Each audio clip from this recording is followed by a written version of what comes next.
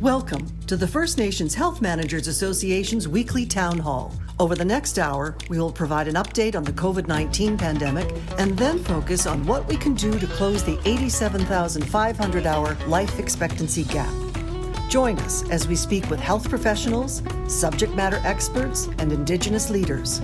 Send us your questions to fnhma@ihtoday.ca. We want to hear from you. And now your host, Marion Crow. Tansei from the NationTalk studios, residing in the territories of the Mississaugas of the Credit, the Haudenosaunee, the Wendat, the Huron, and many other diverse nations. We are broadcasting from Toronto. As mentioned, I'm your host, Marion Crow from Pie Pot First Nation, CEO of the First Nations Health Managers Association. Thank you so much for joining us, letting us into your nations, your territories, and your homes from across Turtle Island. We are so happy to be bringing you another FNHMA Town Hall.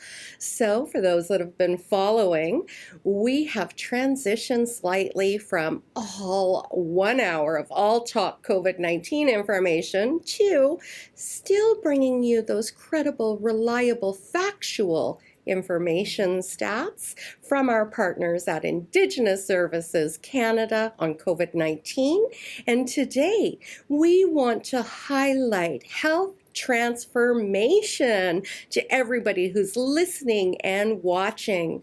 What's health transformation? Well, health transformation means many things to very vast and diverse nations, but what we can tell you is this is about getting the relationship right.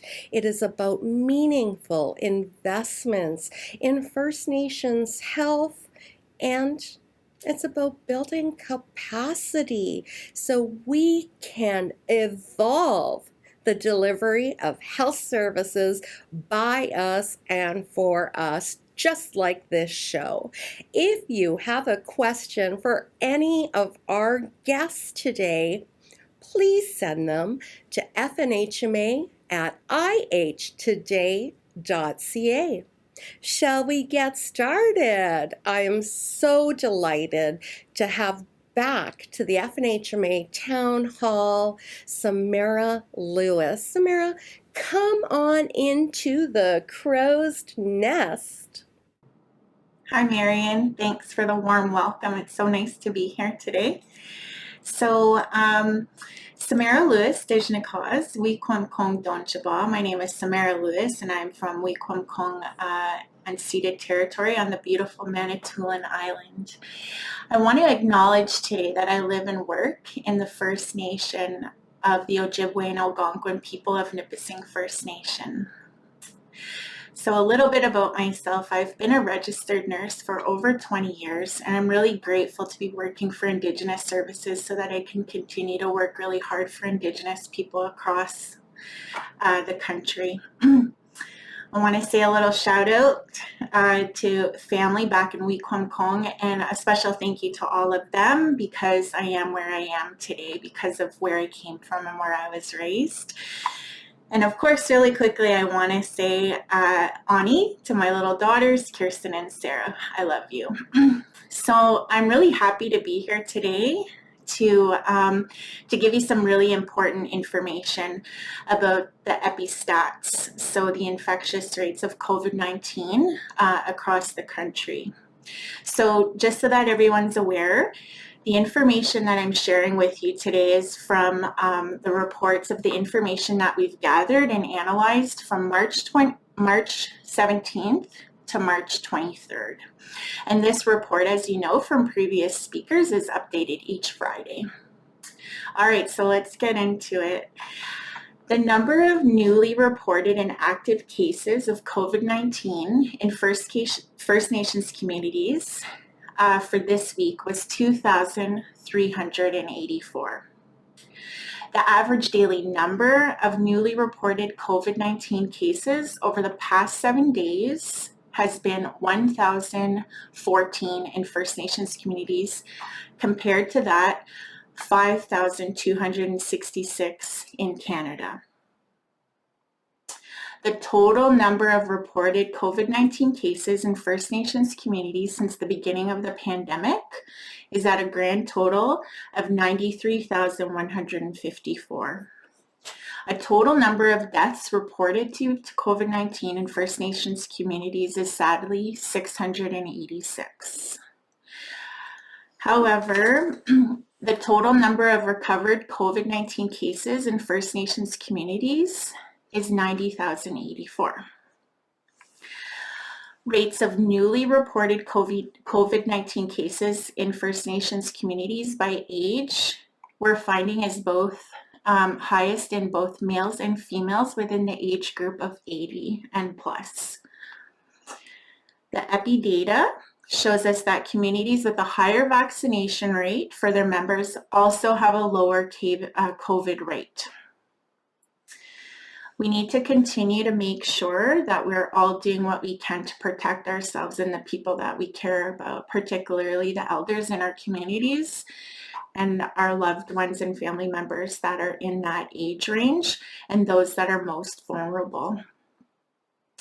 We need to take an individual responsibility to continue to monitor ourselves for symptoms, including fever, chills, cough, loss of taste of smell, or two of the more following symptoms, things like runny nose, nasal congestion, headache, extreme fatigue, sore throat, muscle or joint pain, and also gastro symptoms. So it is spring and we are finding that a lot of people are starting to get the common cold, but we need to remain diligent to make sure that it actually is the common cold and it's not COVID. With vaccination rates, we're starting to see that people are getting a less severe illness from some of the COVID strains. So it's all that more important for us to be really, really careful to make sure that we protect ourselves and those in our community who may be most at risk. So if you're feeling sick, you have to do what you can as much as possible to really stick to the public health measures, like staying home if you're not feeling well, good hand hygiene, avoiding, again, visiting vulnerable friends and family members. This is really, really important. It's been a very long road for COVID, particularly for First Nations communities who have had to battle COVID with minimal standing resources, a difference in terms of medical resources available and healthcare workers, and they've done an absolutely amazing job showing true resilience. The people of communities, we need to continue that. We stayed diligent so that COVID cases don't get out of hand. So we can talk a little bit about boosters. So we're in the stage of the pandemic now where much of the communities that have gone through first and second rates of vaccinations, the importance of boosters is really, really just that, very important. They help to protect against very serious potential concerns like things like hospitalizations, ICU admissions, and also fatalities and deaths. So COVID can still be very, very serious for people. And so getting boosters as much as we can is really, really important for people to keep communities safe, keep COVID rates down in our communities. So in that same vein, some of the things that we really need to be mindful is the public health restrictions that are determined by the community leadership. Community leaders and communities are very well aware of the statistics in their communities, and they've been implementing public health measures on their own. So really, a shout out to all of the leaders of communities that have done such a really stellar job at making sure that they've asked community members to abide by public health measures as much as possible. So I just wanted to take a really quick moment also to talk about the length of the pandemic. I know we're going on 2 years, and that's quite a long time. And I think people are naturally just wanting to be done with the pandemic, and that's completely understandable. Many people have been in social isolation throughout this entire pandemic, and a lot of people have been battling with mental health that has started or gotten worse through the pandemic and all of the restrictions that have come with it, not being able to gather and visit and see your friends and family. And just know that there are resources available to people, such as the 24/7 Hope for Wellness helpline that people can access if they're needing some additional resources. But at this time, it's more important now to take care of one another as much as we possibly can, and making sure that we stick true to public health measures, and getting boosters and vaccinations when eligible is really our best defense to keep COVID levels low in the community. Thanks, Marion. So many beautiful messages in that you've given us. Get boosted, continue the public health measures, and thank you so much to our leadership for exercising sovereignty during this time and doing what's best for your nation. We know that COVID geographically looks different across Turtle Island, so please think of this as a chance to recognize where you are in Canada geographically and what those COVID stats look like for your territory, your nation, and the areas that you are traveling to. Samara, thank you for being just an amazing, wonderful mom, too. I love that you gave that shout out because we are aunties, mothers, cousins, aunties, right? We gotta put all those protective loves in front of everybody. So thank you so much. I really appreciated that message. And don't go away. You know the drill. I might be inviting you back into the crow's nest for some questions and answers. And again, if you do happen to have a question, send those to fnhma@ihtoday.ca. And with that, Samara, you also talked about mental health during the COVID time. Well, let's take a look at a message from our partners, Thunderbird Partnership Foundation and First Peoples Wellness Circle, with these messages. There's no such thing as an old addict. You either get clean or you die. I knew I needed to stop for my kids and my grandkids. There is hope, and there is people that do care and they do love you. I learned that our culture teaches something very powerful: compassion. Through acts of kindness and compassion, we find meaning in ourselves. I found connection. When we're connected, we're never alone. There's lots of bullying at the school that I come from.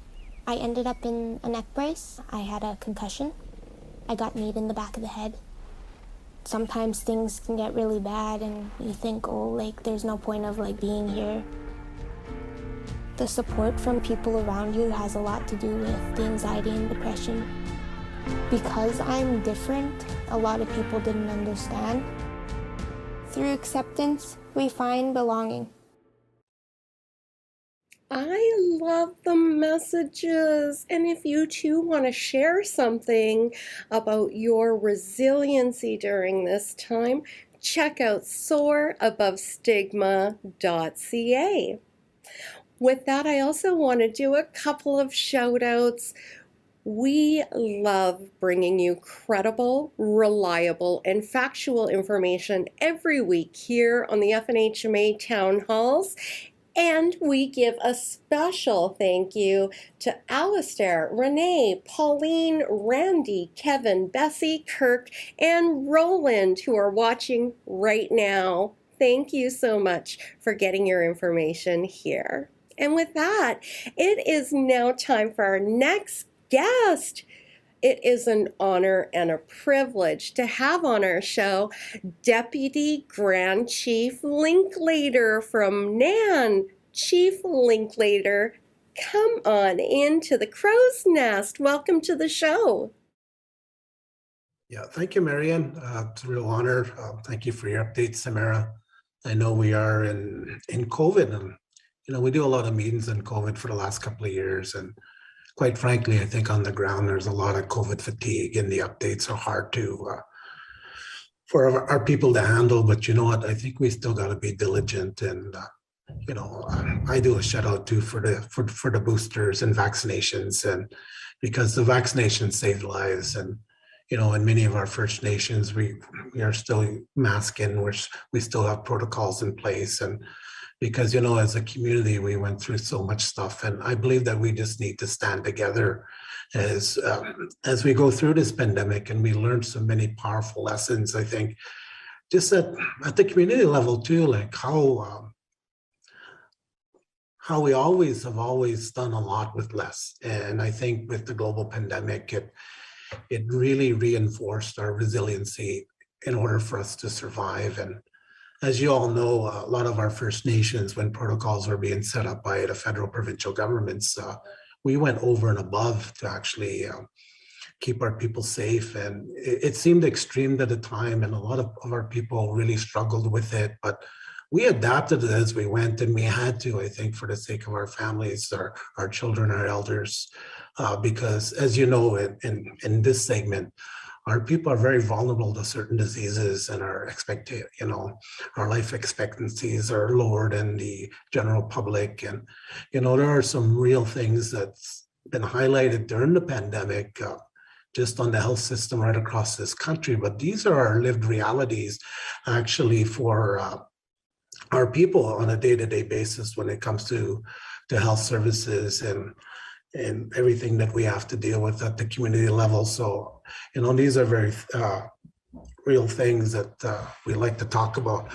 One of the things I do want to celebrate is the fact that, the way governments have worked together during the pandemic, and they were finally listening to communities and how to respond during COVID. And, the great thing about it, and I know we have Samara here from ISK, was the way the bureaucratic red tape was, we didn't have to deal with all those meetings, those excuses, or, those delays that we had when it comes to servicing our people. And to me, that's a big win. And, it is my expectation coming out of the pandemic that this is actually going to be the way we do business as we work with our partners and our service providers. And I think we could do great things when we work together. And to me, I think so many lessons learned, so many areas that we could improve on. And I'm not one to concentrate on the negative, and we're always solution-based, but, we do need to learn to celebrate. Being First Nation also, I think about we have COVID, but we still lost a lot of people to cancers and other sorts of diseases, tragedies, suicide. There's so many things that are still out there. And the fact that a lot of our communities did not get to grieve and gather, because we have our traditional wake practices, our feasts, our ceremonies that we do to bring healing.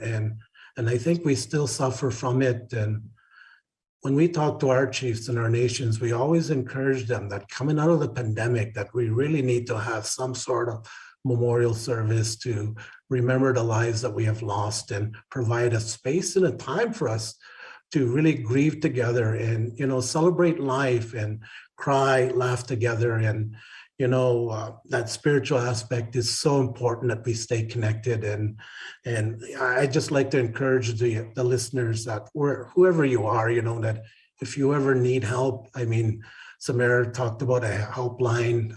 One of the great wins for health transformation during the COVID crisis was our collaboration with the government to set up a NAN Hope line.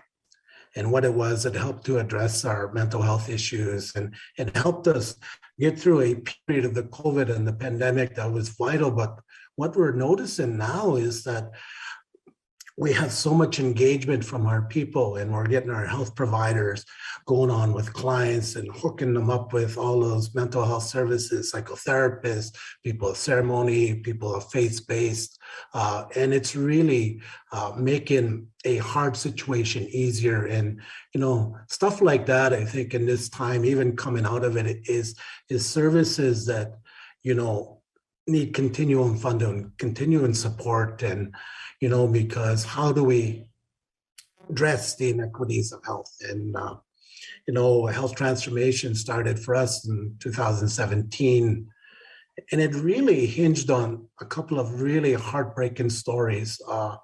Services that were accessible in the South, in our remote nations, wasn't always there. Just the fact, the amount of medevacs that come out of our communities, just to see specialists, cardiac issues, we really need to address all these issues, I think, moving forward. And how could we provide the best healthcare? And, Canada as a nation, we're a prosperous nation. Our healthcare system is strong. It's been highlighted during COVID, how we were able to save lives. And, we have the cases, we had the protocols, but, at the First Nation level, a lot of this stuff was missing. Just the access to ventilators, medications, and, we had to work hard as partners to get certain things like this in place so we could basically survive a pandemic. And we also had struggles with vaccinations, and even today, and I'm glad we're doing the shout out for vaccinations, but it's not too far in our history where our people were forced vaccinations, residential schools, you hear the horror stories of us being, I don't want to use the word guinea pigs, but we did go through a lot of that to test drugs and all that other stuff. And there's so many horror stories with the residential school and all this stuff. It's a tough thing to, we know vaccinations save lives, but to go through that legacy, I think, as we did during our Orange operation, we had a partnership with we called it Operation Remote Immunity. And we actually worked together with our provincial federal partners to actually get vaccination rollout in our remote communities. As the vaccinations, when they first came out, just to go back to 2020, they weren't always available. And who was going to get them? There was that struggle. There was some, I think with First Nation people, because we were at a high risk population, we did benefit because of that. But because I sat on my pandemic committee team in my own community, just the transportation of the medicine was even really tough during the day. And these were great wins, how we moved together. And I think about Anishinaabe Nation, and I didn't formally do my introduction, but I am the Deputy Grand Chief. There's three of us, but my portfolio is health transformation. And to me, we are servants of the people. And when we got this portfolio, I came from a different background, but personally, I was always very sickly. I was in the hospital when I was 5 years old as an inpatient.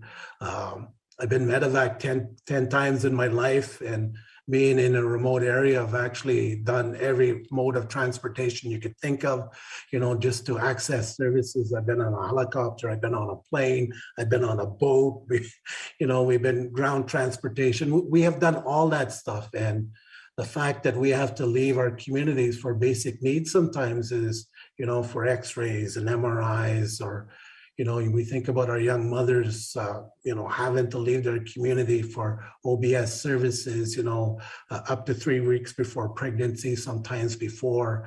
Like, there is a lot of work that we need to do when it comes to health services for our people. And to me, it's an honor to sit in this role and to have that fight. But, I think with everything that we do in life, we're just trying to save lives. And when we did community participation on the need for health transformation, we heard these tough stories, people that have died in transit. And, we lost life unnecessarily because we didn't have access to oxygen, let's say. And, the elephant in the room sometimes when we talk with partners is systemic racism in our healthcare system is still alive and well.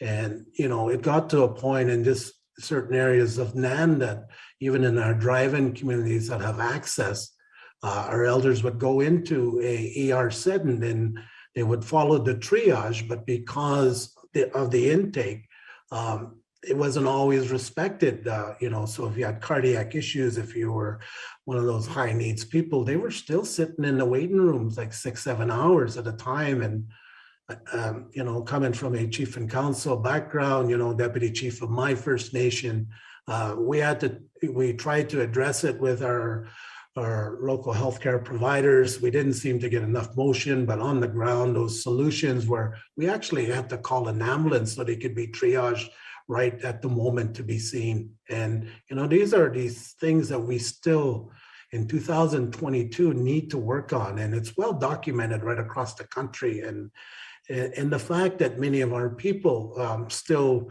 are very apprehensive to actually go into a hospital or to go into an ER setting. I mean, these are things that we really need to work on and to help bridge the gap there. And I think we started the process from a resolution with our chiefs with a state of emergency that this is unacceptable.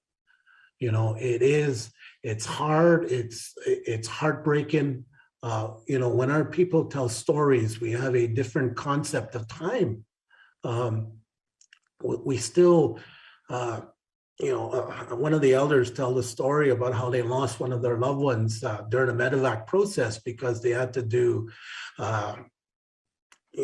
part of the process was we had to get flown to the local hospital, get the assessment, then go back and get onto another plane to go to a hospital that would take us. And it could be anywhere right across this province. It could be into Winnipeg because we do have Treaty 9, Treaty 5 nations, wherever the services are available. So life and death situations, part of our makeup and our spiritual makeup is that we're always want to be there together.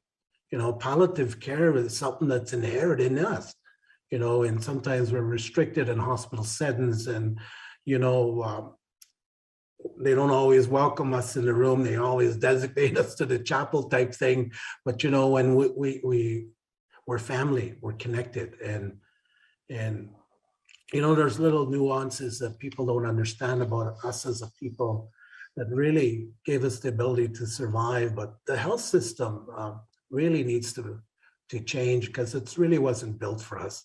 And I think health transformation is as we gather the information from our communities, our service providers, we really got to start moving what is going to work for our people. And, I think what the pandemic showed us was the ability of government and our partners to actually listen to us, to come with our solutions. And, one of the things with COVID response to was the return to our traditional medicines. We're seeing many of our people going to the cedar. They're reaching out to their elders. Say, what did we use before modern medicine? And to me, I think there's a happy balance there. I think as communities and society, we always go on best practices, but sometimes new is not always better. Sometimes what we had, it kept us healthy, kept us safe. And, we have a lot of work to do. And some of our big things was paramedicine. And we're looking at, just having those emergency services that are not always in our communities, even a 911 system, there are challenges in the res because they ask us, where does Johnny live? And we just say over there, right? So, or there could be 3 Johnnies with the same name. And, it's kind of funny, but I think it's access to these little things that I think we take for granted. And there's so many things on our radar that we need to work together. We think about long-term care, diabetes, dialysis.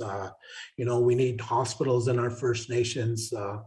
One of the things is as we drive through Northern Ontario, we see little communities of 1,500 that have a nice hospital. And then you go to our First Nations, we're still airlifted for basic services like optometry, just to see a dentist, and even those assessments for cancers in that screening process. These were things that were highlighted during the pandemic. We always struggled with it, but I think in this day and age, we really need to take ownership and really address the issues, because we are still First Nations. This is our land. We're proud people, and at one time we were the healthiest on this planet. And now we struggle with just basic stuff, and we got to get back. And I think working together is such a big thing. And there's so much to say, but if you have any questions in the Q&A, there is opportunity there. And we're always available if you have any questions on our health transformation process, because we know it's happening across the country. We have learned some tough lessons along the way, but we have also done some great things, and we are willing to share best practices with any PTO or any tribal council that's moving in that direction. Thank you. Deputy Grand Chief Linklater, you unpacked so much information for us in there. The COVID era has really been an living exercise of health transformation. You talked about the partnerships with our funders, our service providers. Just a huge amount of gratitude to you for being with us and sharing that information, but also to the NAN nations. We love being partnered with NAN in our health transformation journeys, in the certification of your health directors and health leaders. And we did our partnership in protocol. What an honor and a privilege it is to have you with us. And thank you for offering to stick around, because there will be questions from our audience, from our listeners and viewers. And a quick reminder, if you have a question, those can be sent to FNHMA at ihtoday.ca. Another thank you as well. We have with us Pascal in the background, who is translating all this information to French. And don't worry if you cannot hear, we also have closed captioning as well. And if you happen to want to rewatch, you can do so on Saturdays at 5 p.m. And that's in thanks to our partner, APTN. Oh, just so much love and gratitude. Another person I have a lot of love and gratitude, who is no stranger to the FNHMA Town Hall, providing that credible, reliable, and factual information, is our good friend from Treaty 4 Territory, now living in Alberta, of course, Dr. Alika Lafontaine, CMA President-elect in June. Alika, come on into the crow's nest. Thanks so much for having me, Marion. I will say that it's been amazing to watch the crow's nest grow from its beginning and really solidify itself as, a trusted voice that people can turn to. I think in COVID in particular, it's been really confusing to know where you could turn. And having an opportunity to gather folks together, trusted voices like deputy grand chiefs, representatives from ISC, experts from across the country, many of whom I call friends and colleagues. It's been great to watch. And I hope that the listeners really understand just how much work goes into this behind the scenes. It's a really great service that you're doing here. My name is Alika Lafontaine. It's great to be back. I'm a Métis from Métis Nation, Saskatchewan, currently living in Treaty 8, the traditional territory of the Dene and Woodland Cree peoples, also the only place in Canada that has Métis homelands, Métis settlements. And my ancestry also includes, some Cree and Saulteaux from my dad's side. My mom comes from the Pacific Islands. How he convinced my mom to come to Saskatchewan from the islands, it's a different story, and probably a lot longer than we have here today. But I want to reflect a little bit about COVID first, and then get into talking a little bit about health transformation.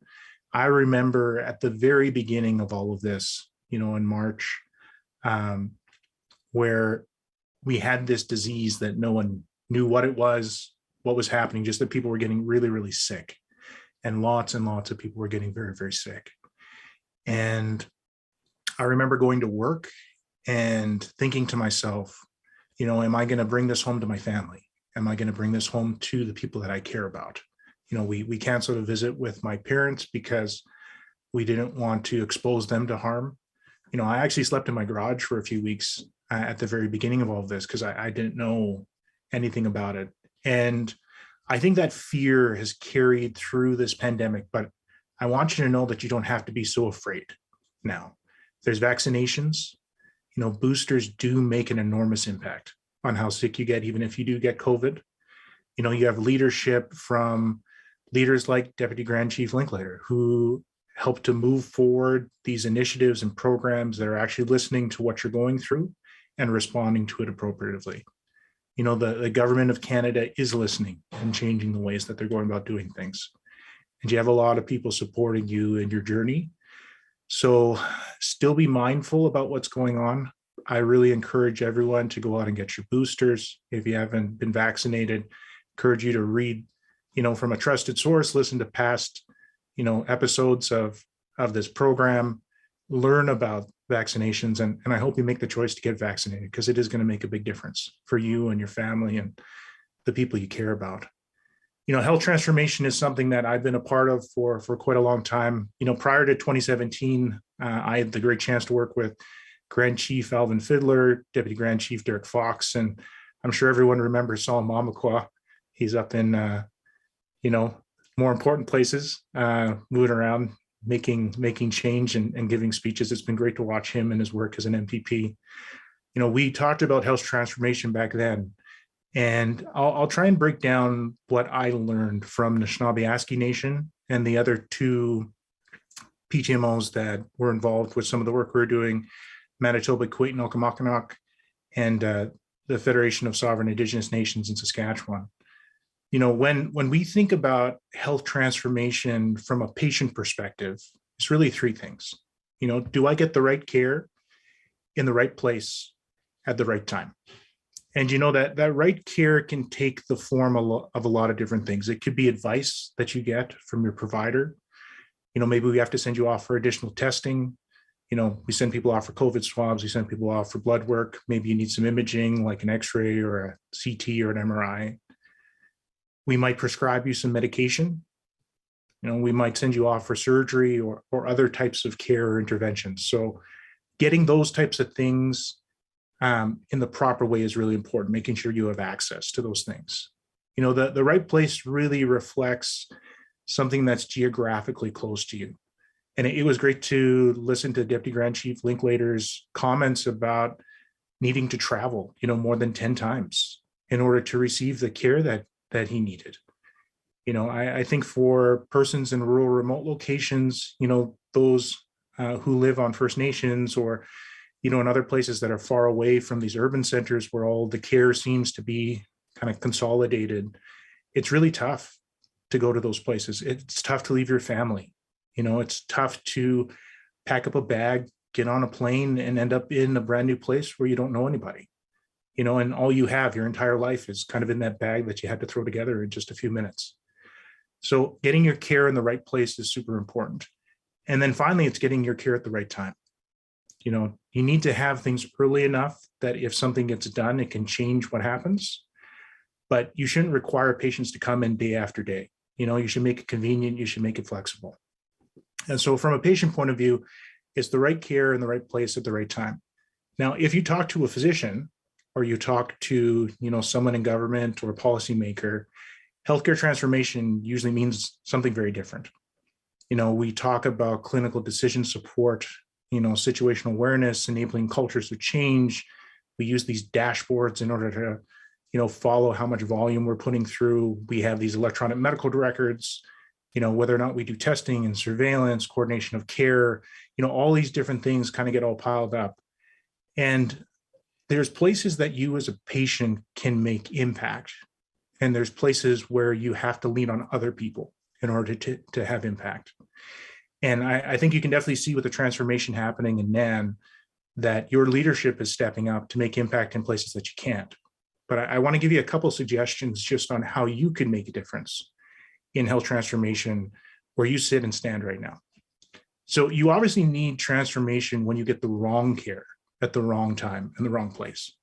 You push it all through all these different things that, the rest of us worry about from inside the system. And then you hope that it pops out the other end where you then get the right care in the right place at the right time. Now, there's two ways that you can impact that. And both of them are things that I think as patients, we often get very afraid of when things come up, because there's a lot of things within the system that make it not so good for us to go out and do these things. So you end up having this emotional kind of journey that a system goes through when it needs to change. You start off kind of where you begin, which is your status quo. You have something that happens, a crisis, where the system starts to realize the status quo isn't really working. It's not giving us what we want. And then that status quo causes some momentum to start having people think through, maybe I do need to change. But that meets up against what people think the system does. And kind of that holding on to old ideas, biases, discrimination. This is where racism, rears its ugly head. And people start to deny that this change needs to happen. Now, if you get past denial, then you get a form of resistance within the system where people don't want to change because it influences their life. It changes the way that their own voice is heard. If a physician suddenly has to be accountable to, a band council, or it has to be accountable to a committee who's filled with patients, that's a change in the way that we practice and the way that we report and are responsible for things that we do. And so there's an active resistance that happens after kind of this intuitive knee-jerk denial. And if you can get past those stages, then you get into exploration and commitment, and your systems actually change. Now, the two places that patients can make a big impact is really at crisis and denial. And I'll tell you why. So when crises occur, the status quo is really good at making you think as a patient that you should keep things quiet. Don't speak up, because change is going to happen, and change will happen faster if you don't complain. That's not true. It's really important that when you have experiences that fall short of what should happen, that you report them to trusted people. That's one of the reasons why we started up a network for anonymous reporting called Safe Space. We're moving into different spots within the Indigenous Primary Healthcare Council. Delico up in Thunder Bay is one of the family care centers that signed on for opening a network in the fall. And in reporting these things, we can then start to look at what should happen versus what is happening. And this is the denial part. One of the things that we need to educate ourselves on, especially as patients, is what care happens and what care should I actually expect? What should I deserve? When I think about the Treaty Right to Health and the work that NAN's doing, one of the most important things they're doing is helping patients understand and communities understand, the health system falls short, and it shouldn't fall short because it doesn't fall short for other people. When we talk about equality, what we're talking about is the same, not the same plus, but the same. And so once again, great to meet everybody on the panel today. Great to join you. And I'll throw things back to Marion. Thank you so much, not just for sharing all the information that you do when you come on to the FNHMA town halls, but for your tireless advocacy, work, efforts, and we wish you the best of luck in your new role in June. We know you are a change agent and you have a community rooting for you, standing shoulder to shoulder with your service. And with that, I want to come back to a quick information piece again from our partners at First People's Wellness Circle and the Thunderbird Partnership Foundation. I used to feel such shame.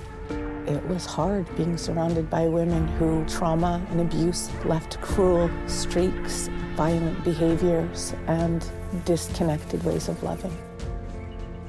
And now I'm freeing myself from that shame. This is where our societies, our circles, our connection to the land comes in.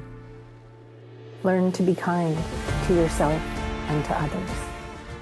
There's a harsh world out there telling us who to be, what to be, telling us that we don't deserve love and respect unless we're something we're not. After I got assaulted, after I went through the trauma, I went back home and I connected with my roots and I connected with my family. Their wisdom helped me a lot. My family, my kinship, they rejuvenate my soul. They remind me that I deserve love. Our culture teaches us something powerful, compassion. Well, welcome back. That was an opportunity for you to run to your computer and send in a quick question to FNHMA at ihtoday.ca. And studio, if I can get my guest back up on screen, I just want to get all of you beautiful folks, if we were standing in a conference right now, it would be a standing ovation. Samara, Deputy Grand Chief Linklater, Dr. LaFontaine, thank you so much. And don't go anywhere because we're going to do that dive now. So I'm actually going to ask Deputy Grand Chief Linklater, come on back into the crow's nest for a moment. People are very excited to hear about the top priorities of NAN in your health transformation process. So, Deputy Grand Chief, what would you say is kind of top of mind for you right now on health transformation? Because we're not a service provider, we had to reach out to the people that were actually doing the services in our area. So, we had WAHA, which is a hospital. We had Suluk First Nation Health Authority. We had tribal councils, and all throughout NAN, because we make up about 2/3 of this province, and we have 3 different language bases, and some of our we have a lot of remote fly-in communities. So, access looks different everywhere. But there was some common themes that run among our people. One of them was diabetes and dialysis, underlying conditions that really affect the quality of life for our people. And we have lost so many of our elders because of it. And,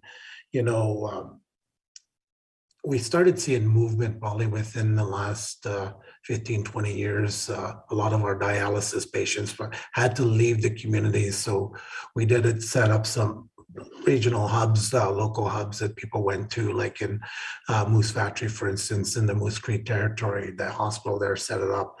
We have Suluk in certain areas throughout NAN that they go on. But because we have such a high rate of our people at it, it is a priority for us. Mental health and addictions is a huge one. If you really look at our people, we have been in a constant state of crisis, and we have never really been able to get out of it. We're still reeling from the 60s scoop. We're not far removed from the residential school, and even some of the structures that are still in place, the over surveillance of our people and child welfare, the social determinants of health really kick in. And we are a trauma-based people, and it does affect the physical well-being of who we are, and that is huge for us. And we're still struggling on the ground with a lot of the opioid addictions, the breakup of families, and just how do you unpack all that stuff? How do you get healthy? How do you go on that healing journey? And it's huge for us, and it's something that it's been a struggle during the pandemic to address, with facilities closing down and access to certain services, but it's a huge thing. The long-term care is another one. The fact that we have to send our elders out of our communities and into settings that are not beneficial for who they are. But it also takes away the knowledge that we're used to having at our fingertips. When you go talk to those knowledge keepers, and when they pass on, you lose something. One of the things too is we don't factor in enough is the fact that a lot of our elders are spiritual rocks for our communities and our families on so many levels. And when you lose that, our families are still reeling. And, we're looking at, hospital concepts, just basic needs. And, I really thank Dr. LaFontaine about highlighting some of the things there. And I knew he was there at the beginning, but it is a work in progress. How do you fix a system that doesn't work for you? We look at a model like, let's say in Alaska, it took 30 years to implement that whole wraparound approach for that NUCA system. And you look at it, the struggle of 55 First Nations, in remote settings, something very similar to NAN and some of the challenges. Our greatest enemy, I think, in health transformation and for anything that we do on a political level is ourselves. I think we still have a lot of lateral violence in our nations and, in our politics. And we need to get healed at the top too, so we can actually push the message. And I think it's a community event, it's an individual event, because once you unite us all in that space, I think we could do great things. And I was excited to hear about the safe space concept, and to me, if we could share best practices among each other and have a platform like this today to share, what did we learn through all this? How can we help each other right across, this country? And so many First Nations, we're all on the same boat. We have the same struggles, but we don't hear the same things. So. Well said, Deputy Grand Chief. Thank you.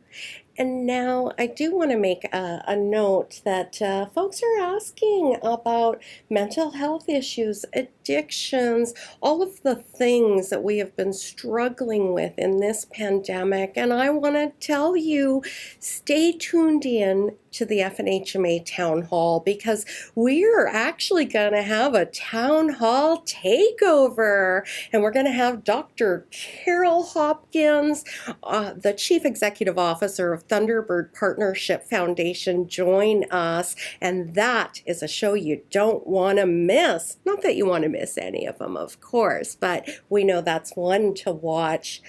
Dr. Fontaine, come on back into the crow's nest, because I want to ask you specifically, as a physician, what are you saying to folks who might have some hesitancy about the boosters, about vaccines? They're talking about side effects. They're talking about, I'm not going to say this right, Dr. Fontaine, but myocarditis? Did I get it right? Yeah, what are some of your... Mhm. There we go. So tell us, despite some side effects, give me your thoughts on that, Dr. Fontaine. What are you telling our listeners and viewers today? Mm-hmm. Yeah, I'll touch a little bit about some things that Samara said in the past, and then also Deputy Grand Chief Linklater mentioned today. It's normal to come to see your physician, health provider, nurse practitioner, whomever is at the place that you go for care, and bring with you this history of not trusting. We've been harmed. First Nations, Métis, Inuit people across the country, in all of our various cultures and geographic locations, languages, despite being the healthiest when settlers first came to Canada, we've been put into this place where we've become the unhealthiest. And that's because of systems that were put in place, systems that were meant to take away our voice, take away our rights, take away who we were, in order to become something else, because people had a different idea of what Canada, this land should be. And so I think as providers, we have to own that, and what comes along with that is when scary things happen, like pandemics, and new treatments arise, people have questions. They wonder, is this what I experienced before with the hostility and oppression and bad experiences that I came here with? Or is this going to be different? When you're looking at what the science shows us, and as an anesthesiologist, I was right in the middle of everything. I'm an airway specialist, so we were part of airway teams helping to support people in respiratory distress when they came into hospital. We do surgeries regularly on persons who are COVID positive or, are suffering from COVID. I run ventilators and, help provide critical care when asked to by my intensivist colleagues. Vaccines work. And when you balance the risks that go with vaccines versus the benefits, there is no comparison. If we put two sides on, a scale, it would fall on the side of vaccines because the bad things that happen have little, if any, weight when you look at the actual broad numbers. There are scary things that have been reported. Myocarditis is an inflammation of the heart tissue. It has been noted in younger persons, but if you compare people who've never been vaccinated who catch COVID versus those who have been vaccinated, there's multiple scales of difference between persons who get myocarditis who have never been vaccinated versus those that have, to the point that there's a very clear benefit when you weigh the two. There are things that happen with all vaccines. You can feel a bit sick after vaccination, whether it's the flu vaccine or the COVID vaccine or any of the other vaccinations you can get. But trust your providers, trust places like this that provide objective, trusted information. Trust your leaders. Trust those conversations that you have, and try to overcome that history that you come to that health encounter with. We'll overcome it together, and we'll do it as partners. And those will be our final words. Thank you so much, Alika, for that information, and to all of our guests today. That hour goes by so quick. I'm sad to be bringing us to a close, but I do want to take a moment to dedicate this show to Mary Toulouse of Sagmuk Nation, who just started her journey to the spirit world. Until next time, folks, stay safe, stay healthy, get boosted, and we'll see you next week. Hi, hi.